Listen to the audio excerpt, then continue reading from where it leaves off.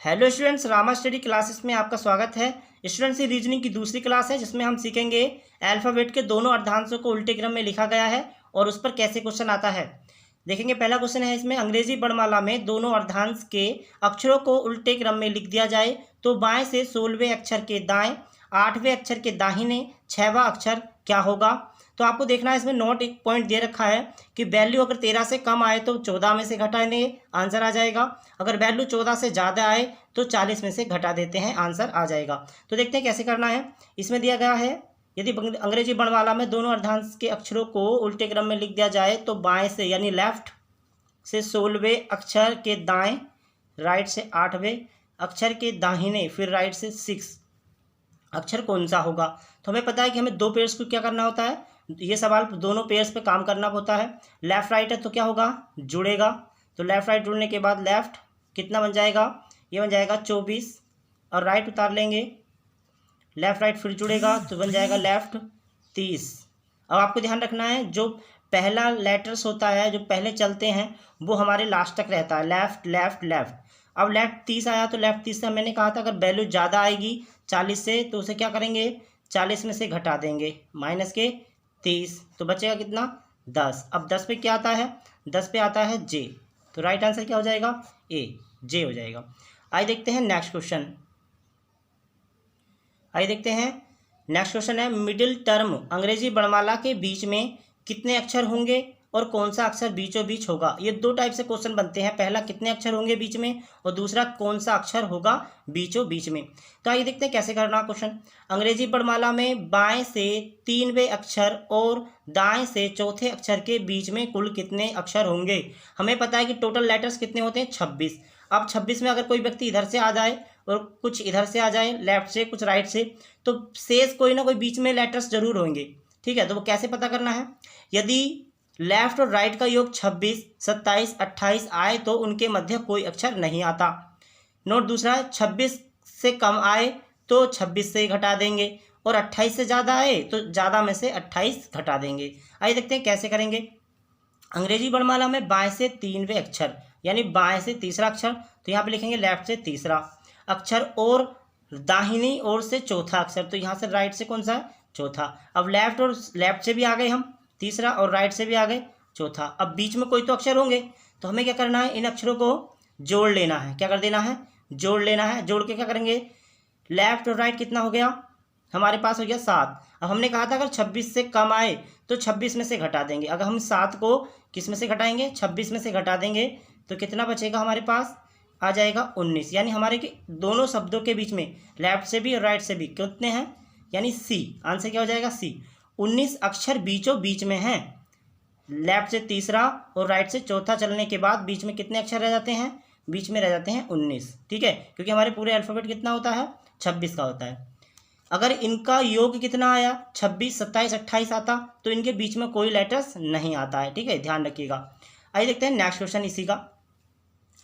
Next question कह रहा है, अंग्रेजी वर्णमाला में बाएं से 12वें अक्षर के दाएं 22वें अक्षर के बीच में कुल कितने अक्षर होंगे।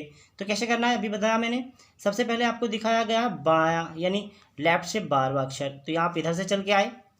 फिर कह रहा है तथा दाएं से, तो दाएं से 22वां अक्षर, तो यानी राइट से 22वां अक्षर, तो आप इधर से यहाँ चल के आए। अब इधर से चले यानी अब बीच में कोई ना कोई लेटर्स होंगे, तो आपको बताया गया कि आप क्या करेंगे, इन दोनों को ऐड कर लेंगे। लेफ्ट राइट को जब ऐड करेंगे तो कितना बनने वाला है, 2 और 2 4, 2 1 3, यानी 34 हो गया। अब ये 34 किससे ज़्यादा है, 30 से ज़्यादा है, तो आप क्या करेंगे इस कंडीशन में आप अब ये 34 आ गया तो इसमें से 28 ही घटा देंगे, ज़्यादा हो गया तो इसमें से 34 में से क्या घटा देंगे, 28 घटा देंगे। अब जैसे ही 14 में से 8 जाता है, कितना बचेगा 6 और कितना बचेगा यहाँ पर 0। अब कितना आ गया हमारे पास 6, यानी बीच और बीच लेटर्स कितनी संख्या हो जाएगी, 6 हो जाएगी। राइट आंसर हो जाएगा बी। आइए देखते हैं नेक्स्ट क्वेश्चन। आइए देखते हैं, अब इसमें क्या गया है, इफ़ डायरेक्शन बी सेम, यदि डायरेक्शन सेम हो, दोनों तरफ से ही चल, एक ही दिशा से ही चला जाए, जैसे कि लेफ्ट से चल गए फिर भी लेफ्ट से चल गए, तो सेम डायरेक्शन चलने के बाद भी बीच में कुछ नया कोई शब्द बनेगा, तो उसमें कैसे करना है। अंग्रेजी वर्णमाला में बाएं से 8वें अक्षर और बाएं से 16वें अक्षर के बीच में कुल कितने अक्षर होंगे। जब कभी सेम डायरेक्शन का सवाल आए तो आपको क्या क्या ध्यान रखना है नोट में, सबसे पहले बिगर, फिर माइनस स्मॉलर, माइनस 1, यानी सबसे पहले आपको लिखना है कि अगर लेफ्ट से चला है, सबसे बड़ा कौन है 8 से 16, 16 बड़ा है तो 16 माइनस लेफ्ट 8, इन दोनों को घटा लेंगे और माइनस क्या कर देंगे, इसमें से 1 घटा देंगे और हमें पता चल जाएगा कि बीच में कितने अक्षर आने वाले हैं। 16 में से 8 जाएंगे तो 8 बचेगा, 8 में से 1 जाएगा तो कितना बचेगा 7, क्या बच जाएगा 7 बन जाएगा, यानी राइट आंसर हो जाएगा ए 7। जब कभी भी सेम डायरेक्शन हो तो उसमें आपको बिगर माइनस स्मॉलर माइनस 1 का फॉर्मूला लगा देना है। आइए देखते हैं नेक्स्ट क्वेश्चन। अंग्रेजी वर्णमाला में दाहिने से 11वें अक्षर और दाहिने से 17वें अक्षर के बीच में कुल कितने अक्षर होंगे। अब इसमें राइट से बोला है, राइट से, अब वो राइट से चल रहा है, पहले राइट से चला फिर राइट से चला तो कितना कितना, सबसे पहले मैंने कहा बड़ा ले लो, 17 माइनस राइट 11, अब इन दोनों से घटाएंगे कितना बच जाएगा, यहाँ बचेगा 6, सही है, कितना बचेगा 6 माइनस 1 कर देंगे तो हमारे पास आ जाएगा 5, यानी राइट आंसर हो जाएगा सी। नेक्स्ट क्वेश्चन देख लेते हैं इसी का। नेक्स्ट क्वेश्चन अलग टाइप का है, थोड़ा देखते हैं, सेकंड टाइप है। अंग्रेजी वर्णमाला में बाएं से 5वें अक्षर और दाएं से 10वें अक्षर के ठीक बीचों बीच कौन सा अक्षर आएगा, यानी अब बीचों बीच वाला अक्षर देखना है।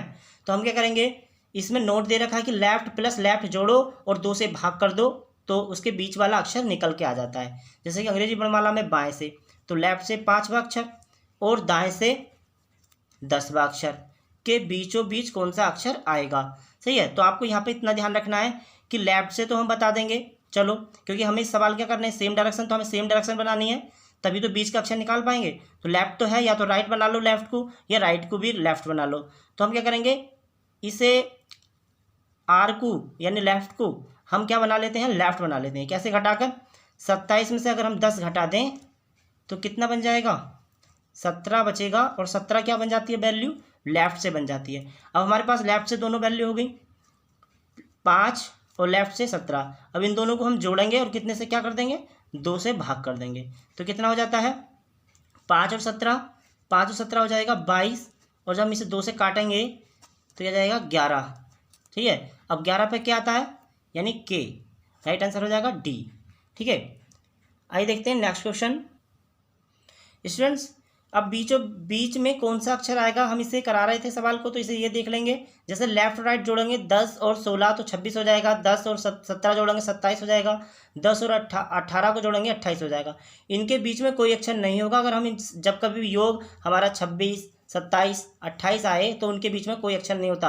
आपको सवाल चेक करने की जरूरत ही नहीं है। अगर सवाल में लिख रखा है कि इधर से 10वां है, राइट से 16 है और दोनों को जब जोड़ेंगे और वो बीच का अक्षर पूछ रहा है तो आप पहले योग देख लीजिए, 26 है, 27 है, 28 है, तो उसका राइट आंसर यानी 0 होगा। इसके बीच में कोई अक्षर है ही नहीं, आ ही नहीं सकता 26, 27, 28, क्योंकि बिल्कुल बीच में कैसे आ जाएगा कि यहाँ से 13 चले, इधर से भी 13 चले और 13 कितना होता है भाई 26, क्या बीच में कोई अक्षर आएगा, 26 तो टोटल होते हैं। अब इधर से 10 चले, इधर से 16 चले, अब 10 और 16 26 हो गए, या 10 और 17 27 हो गए, 10 और 18 28 हो गए, क्या बीच में अक्षर बनेगा, नहीं बनेगा।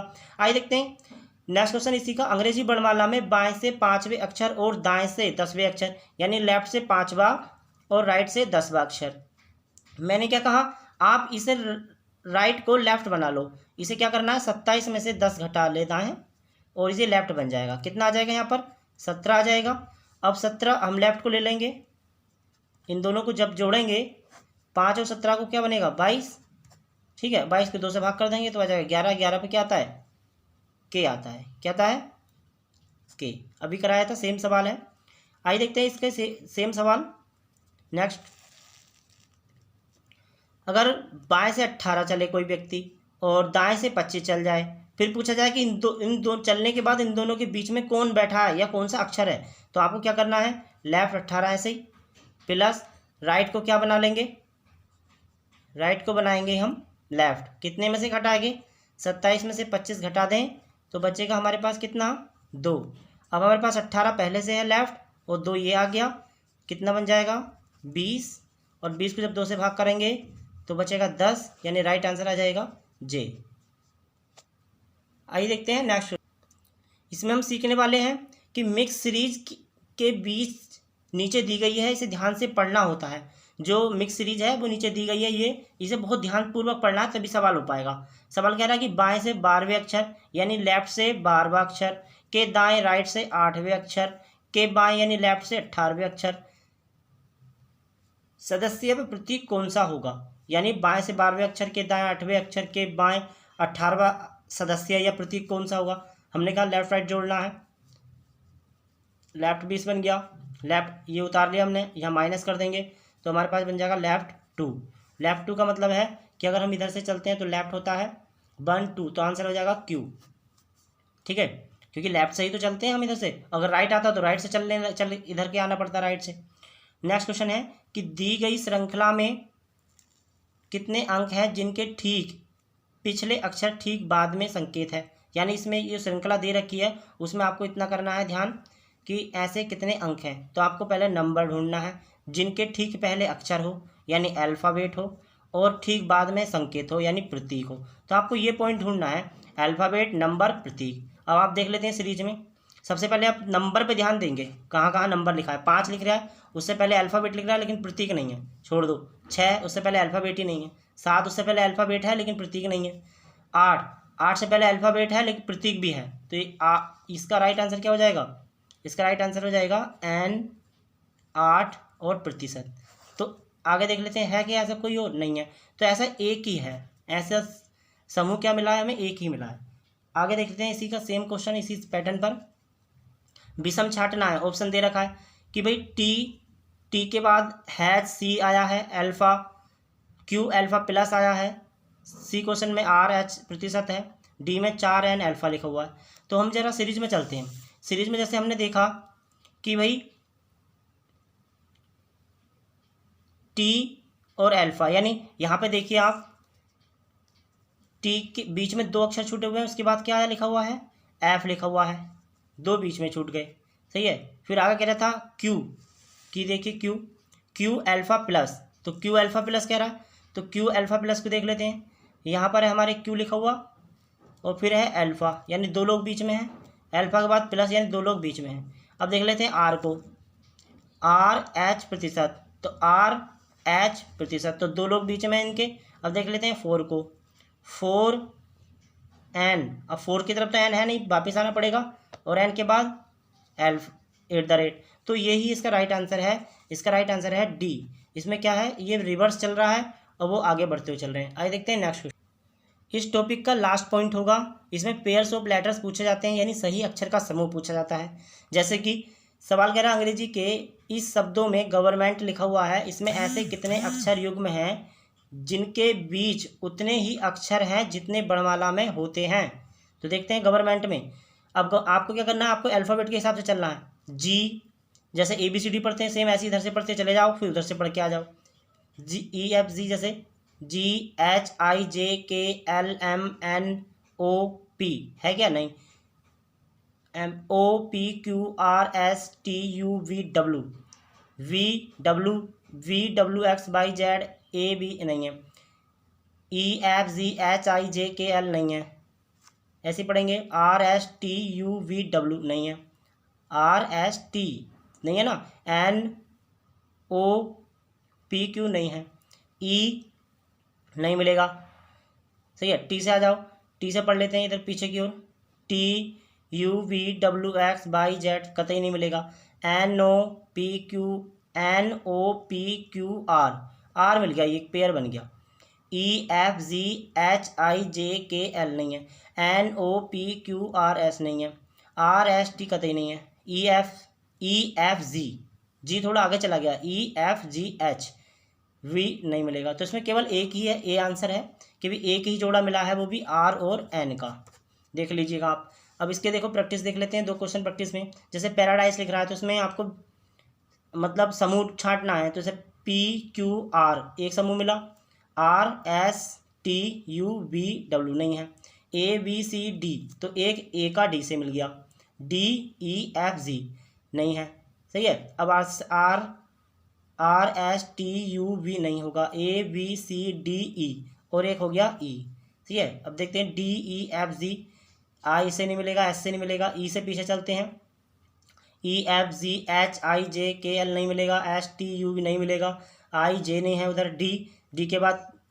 नहीं मिल, बहुत दूर के D E F G H नहीं होगा, ए बी नहीं होगा, तो इसमें कुल 3 पेयर बने। सही है।